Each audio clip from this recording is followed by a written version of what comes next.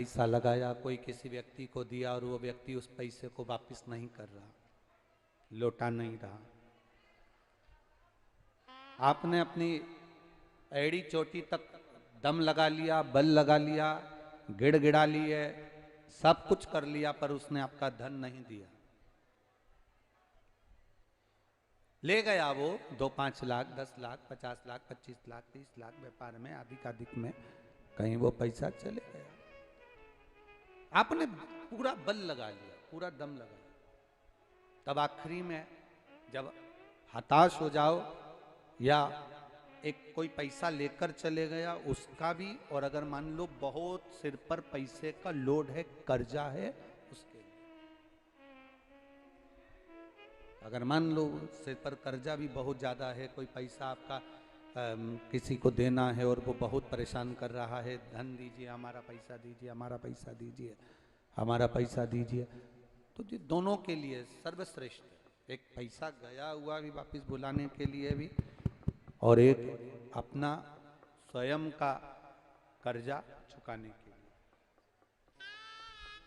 दोनों के लिए। महाराज पंच बेलपत्र, पंच श्वेत पुष्प, मतलब 5 बेलपत्र और 5 सफेद पुष्प, श्वेत पुष्प,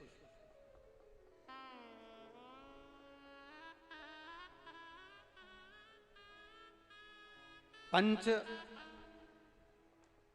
हराद्री अक्षत, मतलब 5 चावल के दाने हल्दी में भींगे हुए, पंच बेलपत्र, पंच पुष्प और 5 हल्दी में भींगे हुए अक्षत के दाने। महाराज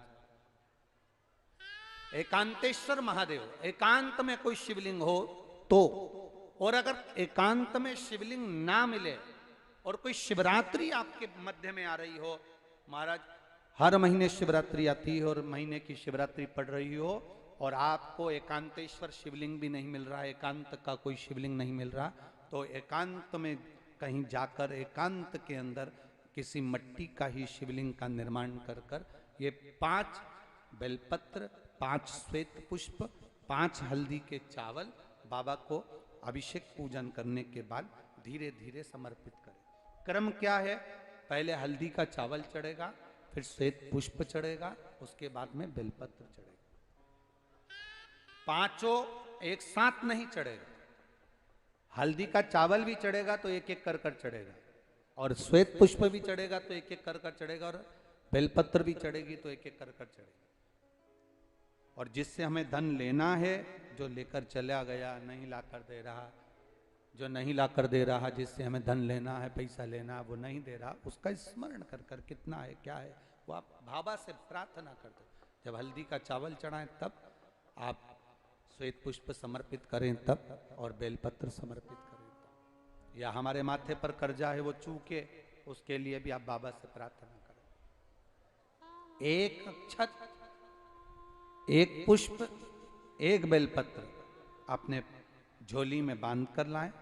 बाकी का अगर आप एकांतेश्वर महादेव पर कर रहे हैं तो वैसा की वैसे ही रहने दें, और अगर शिवलिंग बनाकर पूजन कर रहे हैं पार्थिव, तो उस शिवलिंग का थोड़ी देर बाद विसर्जन भी कर दें। अगर पार्थिव शिवलिंग बनाकर कर रहे हैं एकांत में, एकांतेश्वर महादेव का शिवलिंग का निर्माण कर रहे हैं, तो फिर उसका विसर्जन करें।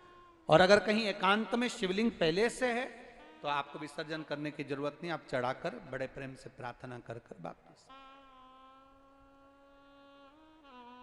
एकांतेश्वर शिवलिंग एक ऐसा होता है जो हमको बहुत सुख का अनुभव कराता, बहुत सुख।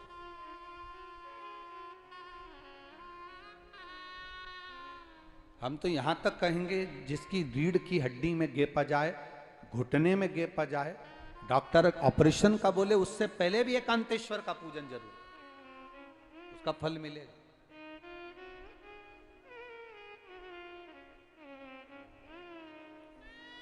एकांतेश्वर महादेव सुख प्रदान करते हैं, आनंद।